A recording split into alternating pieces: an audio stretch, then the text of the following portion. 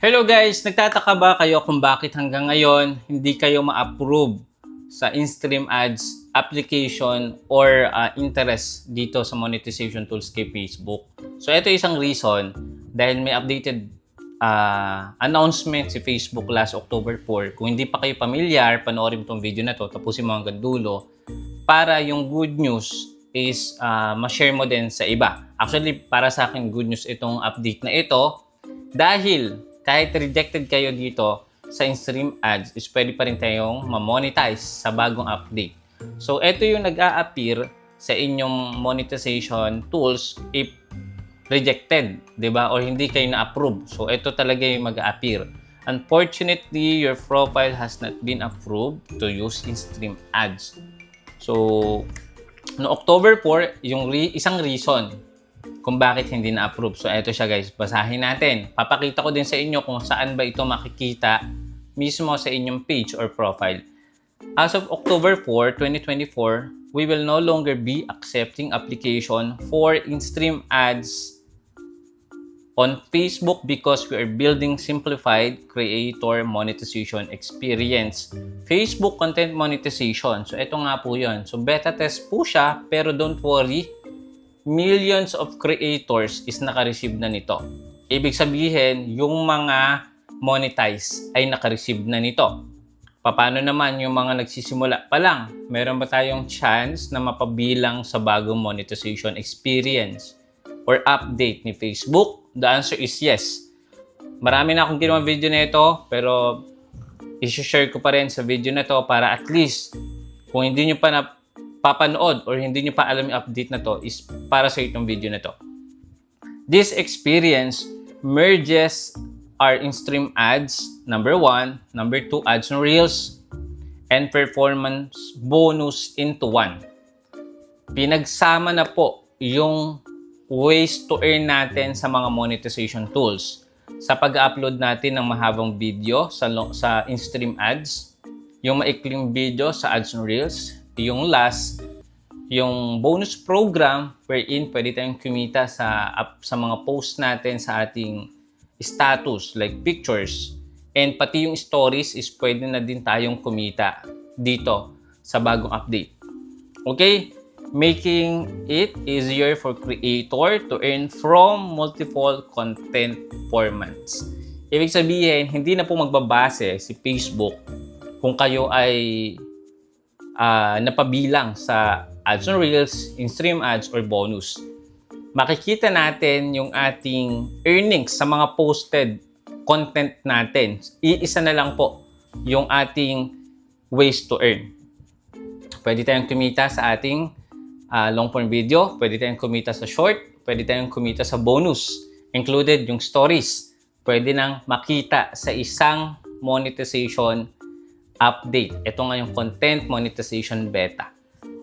Minsan, nakakapagtaka or nakakagulat yung balita na ito. Sabi ni Facebook, we understand that this change may be disappointing for some creators. But we believe it is necessary to step towards creating a more streamlined and effective monetization experience. So yun nga, di ba? Well, wala naman tayong magagawa kung ano man yung pagbabago na gawin nila dito sa platform nila. Dahil creator lang tayo ay nag-upload lang at humihiram lang ng platform ni Facebook. But again, take pa din natin yung opportunity na to para kumita gamit yung kanilang bagong update sa monetization. So win-win scenario pa din ito. We're sending invitation to join the Facebook content monetization beta and will continue to do so in the following months. So ito yung good news. Pwede pa rin tayo mapabilang, ako, ikaw, sa bagong update na ito. While the beta will be remain invite only until 2025. Invite only lang siya guys. Kung nagtataka kayo, bakit ganon sir? Kuya, wala pa rin akong content monetization update sa aking page or profile. Well, again, hanggang 2025, ito po ay invite only. Okay, malinaw. Nagkaroon din po ng update. Yung stream ads natin ay hindi na sila tumatanggap ng application. Kaya ang hihintayin mo na lang na mag-appear sa iyong professional dashboard, ito ang content monetization beta. Wherein, magkakasama na po doon. Kung mag-upload ka ng short video, pwede kang kumita doon. Kung mag-upload ka ng long form video, pwede kang kumita. Pwede ka din kumita sa bonus program. I don't know kung yung stars is mapapabilang dito. Wala pa tayong update. Huwag muna natin pag-usapan yan. And sabi ni Facebook, kung tayo ay interested, pwede tayo mag-send ng application. So, andito yung form. Ayan. I-click nyo yung form na yan. So, madali lang po yung makita. Papakita ko sa inyo mamaya. I-guide ko kayo kung paano kayo makapag-send ng invitation or ng interest. Okay. Then, papakita ko ngayon sa inyo yung ads on Reels and in-stream ads is wala na kayong makikita na earnings dyan. So, ito yung number 1. Makikita nyo dito guys, yung ads on Reels is 0 earnings na siya from September to October. 0 na, wala na nag-a-appear dito na revenue sa short video. And yung pangalawa, dito naman sa in-stream ads. So, wala na din earnings. Mapapansin nyo, sabi dito sa may upper part, you're now earning through content monetization. So, kumikita na tayo sa content monetization beta. Ito pa yung sa may upper portion, you're no longer earning through the in-stream ads and ads on Reels program. So malinaw, parang yung mga old monetization tools natin is hindi na siya effective. Magpo-focus na tayo dito sa content monetization tools natin. Okay? So, ito yung example naman na makikita nyo yung isang tab o yung isang portion sa professional dashboard nyo na makikita nyo dito yung earnings nyo per category. Ito yung photos and text. Ito po, yung bonus program. Sa videos, ito naman po yung in-stream ads. Ito naman yung reels, yung sa short video. So, lahat po yan, guys, accumulated earnings na natin. So, makikita nyo yan sa inyong professional dashboard and then sa monetization. Ngayon, punta naman tayo dito.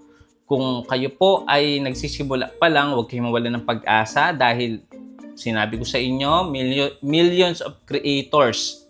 Ibig sabihin, yung mga monetized na po ang naka-receive. Pero, huwag tayong mawalan ng pag-asa kung tayo is active or palagi tayong nag-upload, no? At consistent natin ginagawa yung pag-upload sa short videos, sa long form video, and then pag-update sa ating status or sa bonus program. Baka, di ba? Baka or may chance tayo na mapabilang sa bagong update na to. So ngayon, punta tayo sa ating Facebook. Ituturo ko sa inyo paano ba tayo makakapag-apply or send ng interest. Punta lang po tayo sa profile. Then, i-click nyo guys yung creator support. Punta po kayo sa monetization.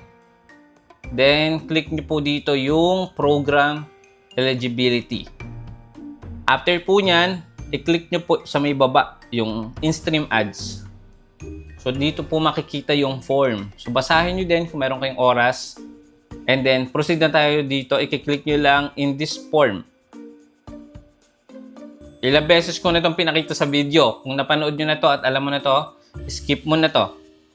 Ayan. So, kailangan nyo lang guys mag-send ng or maglagay ng email address. Active dapat. Facebook URL. Basic na yan. Self-explanatory na yan. And other social media accounts. Sinabi ko na din yan sa previous video uploaded natin. And then gusto ko guys mag-proceed kayo sa may lower portion. I-click nyo tong in-stream ads. Ayan. So dito guys sa may baba meron ditong announcement. Ito po yung introducing Facebook content monetization. I-click nyo po ito para at least meron pa tayong idea or madagdagan yung idea natin. Earn money from more of your content. Introducing Facebook new monetization program. Noong October 2 pa to in-announce. Then, nag-announce sila noong October 4 na hindi na sila mag-a-accept ng invitation sa in-stream ads. Kaya guys, huwag kayong magtaka kung bakit hindi kayo ma-approve. Kasi nga, nag-stop na sila. Today, we announced that we're starting to roll out Facebook Content Monetization Beta, a new monetization program that expand opportunity for creators to earn on Facebook. Ayan, 'di ba? Ito yung example ng video na pinakita ko din sa inyo kanina. Ayan, so ito yung mag-a-appear sa inyong professional dashboard kung kayo ay invited na. Ang kagandahan nito, guys, wala na siyang criteria. Kung kayo ay mapapabilang, 'di ba? Pwede na kayong kumita. Yan. So starting na yan, videos, reel, text, and image. So ito yung makikita nyo tawag dito, notice or notification sa inyong Facebook. Okay? So, basahin nyo lang din yung ibang details dito para at least aware din kayo. And then, yun lang naman guys, for now. Siyempre, kailangan pa din natin mag-comply sa mga policies. Like for example, sa content, our partner, and sa community standard. Para at least, di ba, mas mabilis tayo ma-invite if ever wala namang problem mga videos natin. So, sana guys, nalinawan kayo kung bakit at hanggang ngayon hindi pa rin kayo ma-approve sa monetization ng in-stream ads kasi nga nag-stop na sila mag-accept ng invitation or ng application sa kanilang platform.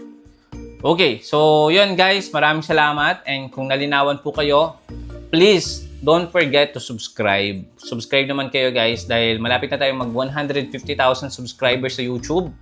And malapit na tayo mag 500,000 followers naman sa Facebook. Maraming salamat. Kung nagustuhan mo, please, pwede mo i-share sa mga kakilala mo o sa groups nyo about dito sa bagong monetization program ng Facebook para lahat tayo is aware. And sa mga bago pa na abangan natin, manonotify kayo kapag click nyo naman yung bell icon dyan sa may ibaba. Yun lang guys. Maraming salamat. See you again sa next video. Bye-bye.